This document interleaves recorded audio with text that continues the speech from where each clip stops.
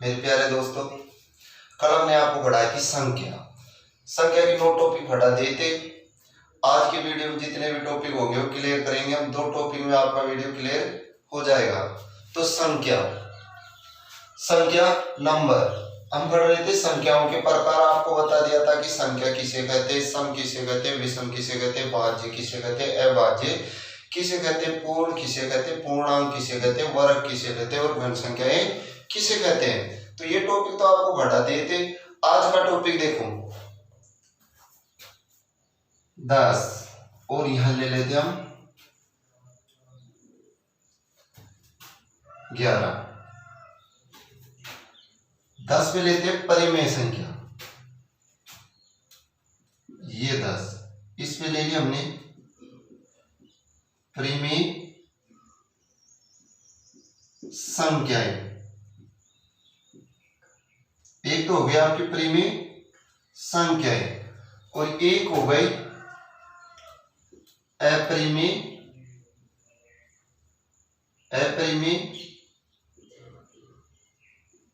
संख्याएं। देखो दोस्तों, दो संख्या इस प्रकार इसका अर्थ बढ़ा रहे कि आप जैसे 7 संख्या याद करोगे तो 14 संख्या आपकी क्लियर हो जाएगी। तो एक तो होगी परिमेय संख्या, एक होगी विपरिमेय संख्या। अब जानते हैं कि इसे परिमेय संख्या क्यों कहते हैं, इसे अपरिमेय संख्या क्यों कहते हैं। बस इसका विपरीत करना जाना, आपके दोनों टॉपिक क्लियर हो जाएंगे। तो देखो पहले नंबर पे लेते हैं, जैसे वे प्राकृत संख्याएं, वे प्राकृत संख्याएं, वे प्राकृत संख्याएं जिनको P बटा Q के रूप में लिखा जाए वो कौन सी संख्या कहलाती है? परिमेय संख्या। परिमेय संख्या कहलाती है। वे प्राकृत संख्याएं जिनको P बटा Q के रूप में लिखा जाए परिमेय संख्या कहलाती है। अब देखो इसका विपरीत, वे प्राकृत संख्याएं, वे प्राकृत संख्याएं, वे प्राकृत संख्याएं जिनको P बटा Q के रूप में नहीं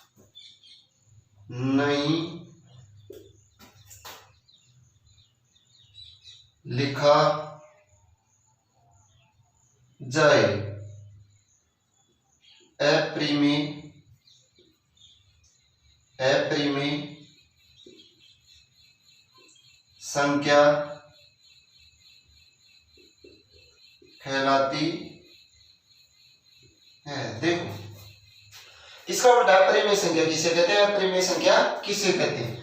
वे प्राकृत संख्याएं जिनको P बटा Q के रूप में लिखा जाए परिमेय संख्या कहलाती है। वे प्राकृत संख्या जिनको P बटा Q के रूप में नहीं लिखा जाए अपरिमेय संख्या कहलाती है। जैसे एग्जांपल देखो, कोई बोले कि एक एग्जांपल देख लो, इसी से क्लियर हो जाएगा। कोई बोले कि 0 क्या परिमेय संख्या है क्या? तो आप बोल सकते हो हाँ, क्योंकि किसी भी संख्या के नीचे कितना छुपा रहता है? 1। तो इसको भाग देंगे तो पूरा पूरा 0 आएगा, तो ये परिमेय संख्या। इसका भी एग्जांपल लो, जैसे मैं लिख दूं 1/0, क्या ये परिमेय संख्या है क्या?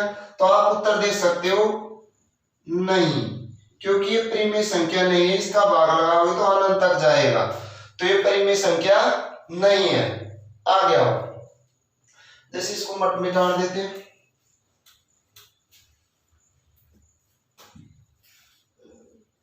दूसरे नंबर पे आओ, इसको पूरे को हटा लो।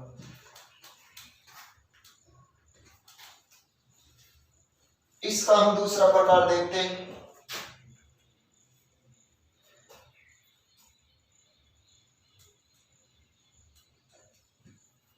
एक तो आपको होता है कि परिमेय संख्या को p बटा q के रूप में लिखा जाता है, इसको p बटा q के रूप में नहीं लिखा जाता।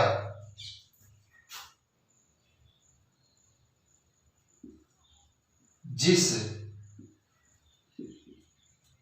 संख्या का पूरा पूरा वर्गमूल वर्गमूल निकलता हो, जिस संख्या का पूरा वर्गमूल निकलता हो वह परिमेय संख्या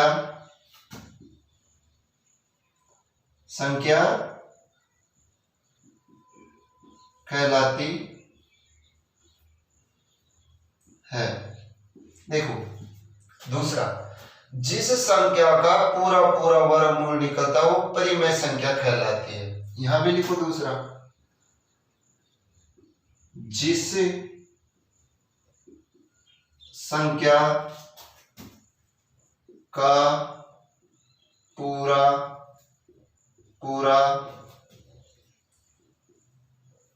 वर्गमूल नहीं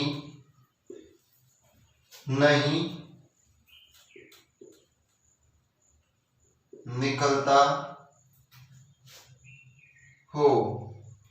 वह अपरिमेय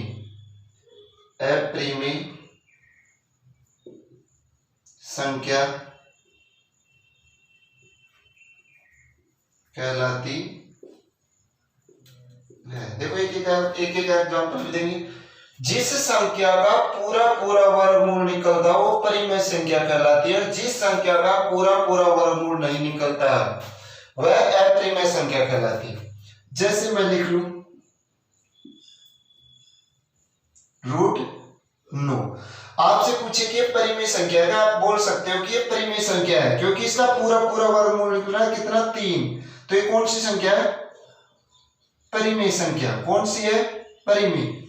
यहां ले लेता मैं √7, इसका पूरा वर्गमूल निकलेगा क्या, नहीं, तो ये कौन सी है, अपरिमेय। आ गया। तीसरे नंबर पे लेते हैं, जिस संख्या का पूरा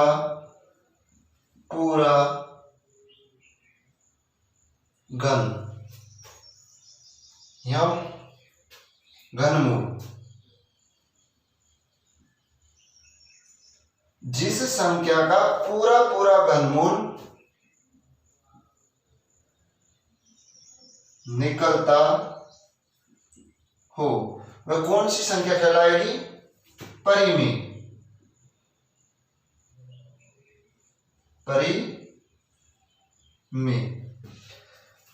संख्या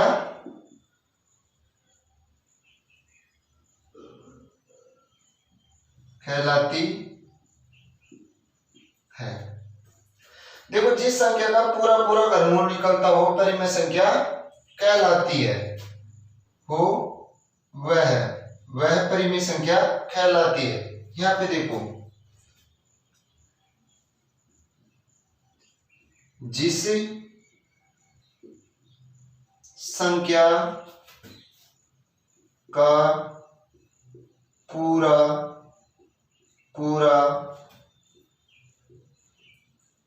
घनमूल नहीं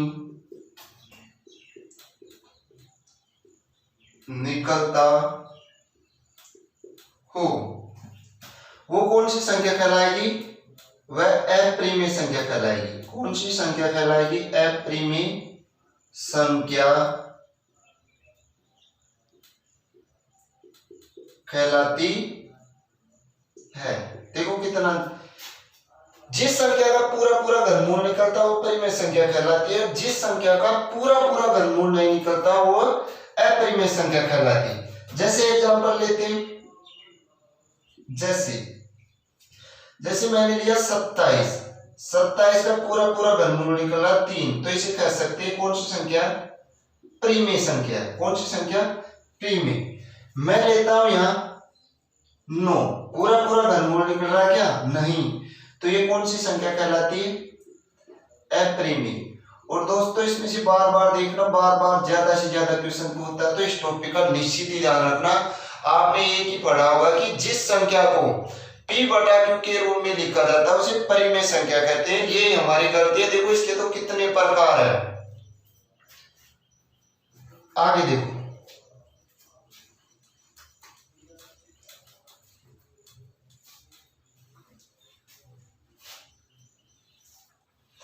कोई भी टॉपिक पढ़ो, खोल के पढ़ो। चौथे नंबर पे देखो, इसका एक और कारण है, जिनको गिना जा सकता हो वह कौन सी संख्या कहलाती है? परिमेय संख्या। परिमेय संख्या कहलाती। देखो जिनको गिना जा सके वह परिमेय संख्या कहलाती है। जिनको नहीं गिना जा सकता हो वह अपरिमेय संख्या कहलाती है। जैसे एग्जांपल लो, जैसे मैं लिख दूं अंक संख्या, तो क्वेश्चन मैंने क्या अंक संख्या क्या परिमेय संख्या है? तो हाँ, क्योंकि इन्हें गिना जा सकता है। और जैसे यहां पाई लेता हूं, जैसे पाई, इसको गिना जा सकता है क्या? नहीं। लेकिन देखना, पाई एक अपरिमेय संख्या है, लेकिन 22/7 क्या है? ये परिमेय संख्या है। इसका ध्यान रखना, क्योंकि इसे p बटा q के रूप में लिखा जाता है, तो यही कारण है। तो दोस्तों परिमेय संख्या और अपरिमेय संख्या के बारे में जितनी भी जानकारी थी मैंने आपको बता दी। इसमें से बार बार क्वेश्चन बनता है, बार बार, तो इसको अच्छी तरह पढ़ना। आगे देखते हैं,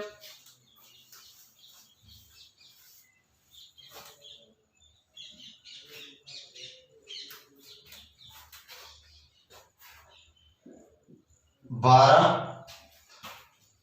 और ये हो गया 13। कल का टॉपिक देखना, और जो भी बच गया तो इस टॉपिक में पूरा क्लियर करा देंगे। तो यहां देखो 12 नंबर और 13 नंबर पर संख्या, यहां लिखते हम अनुवर्ती। दोस्तों बार बार क्वेश्चन आ रहे हैं अनुवर्ती, ये पता नहीं कि अनुवर्ती और पूर्ववर्ती संख्या भी होती है क्या। आपने 8-9 संख्या पढ़ रखी है बस वर्ग और घनमूल तक, लेकिन ये अनुवर्ती पूर्ववर्ती देखना अब क्या है।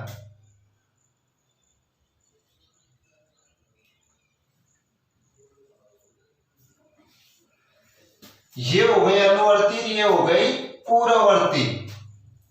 इसी को परवर्ती या उत्तरवर्ती भी इसी का नाम है। मान लो इस प्रकार की संख्याओं में बार बार क्वेश्चन बनता है, जैसे 50 का अनुवर्ती क्या होगा और 50 का पूर्ववर्ती क्या होगा। तो दोस्तों ध्यान रखना, जब अनुवर्ती पूछे तो एकदम दाया वाला, जैसे मैंने पूछा कि 50 का पूर्ववर्ती क्या होगा, तो पूर्ववर्ती तो होगा 49 नंबर का, एक इधर आ जाओ बाईं तरफ। अगर मैंने पूछा कि 50 का अनुवर्ती क्या होगा, तो एकदम दाया। तो इसको ऐसे समझ सकते हैं, जैसे एक एग्जांपल लेते हैं, दोनों में एक से क्लियर कराते हैं। जैसे एग्जांपल लेते हैं कोई बोले कि 50 का अनुवर्ती क्या होगा, तो इससे एक आगे जाना, तो आंसर कितना देना, 51। अगर ये बोले, देखो ये एग्जांपल लेते हैं कि 50 का पूर्ववर्ती क्या होगा, ऐसे ही क्वेश्चन बनेगा तो आप आंसर देना 49, इस प्रकार दे सकते हो। अब देखो परिभाषा देखो, वे प्राकृत संख्याएं, वे प्राकृत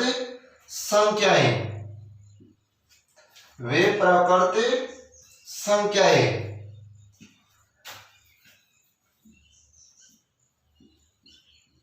जिसमें, वे प्राकृत संख्याएं जिसमें दी गई संख्या के आगे की संख्या कौन सी संख्या कहलाती है, अनुवर्ती संख्या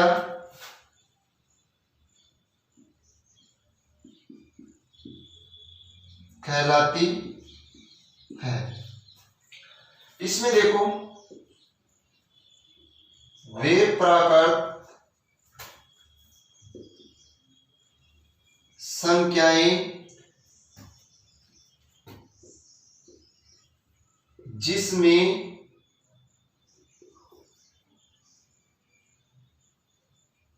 जिसमें इसके आधार पे लिख लो, जिसमें दी गई, देखो इसमें तो आगे की, इसमें दी गई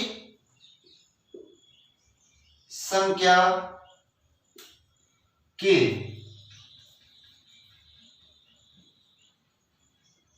पीछे की ही संख्या कौन सी संख्या कहलाती है, पूर्ववर्ती संख्या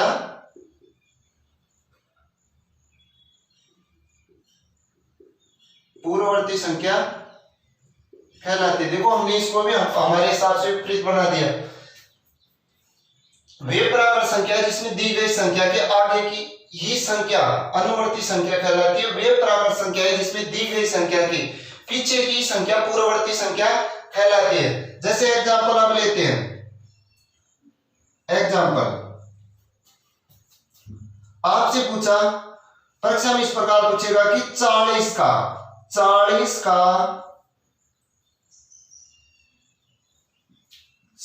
का अनुवर्ती क्या होगा, इसको भी उसमें ले लो। एक पूछ सकता है कि 40 का पूर्ववर्ती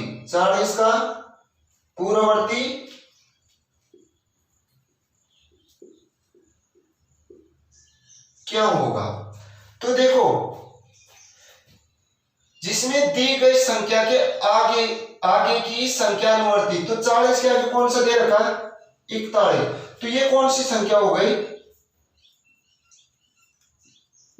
अनुवर्ती। अब देखो ये क्या पूछ रहा है, इस 40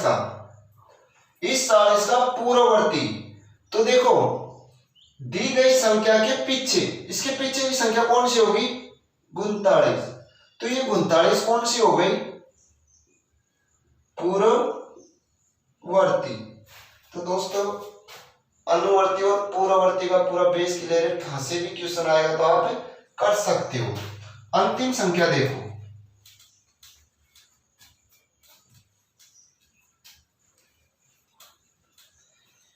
हर बार क्वेश्चन आते हैं इसमें से। 14 नंबर की देखो, अंतिम संख्या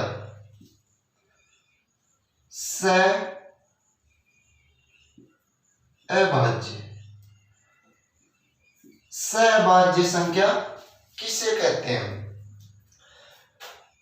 वे प्राकृत संख्याएं जिनका महत्व 1 हो सहभाज्य संख्या कहलाती है। ये संख्या आपस में कटती नहीं है। तो इस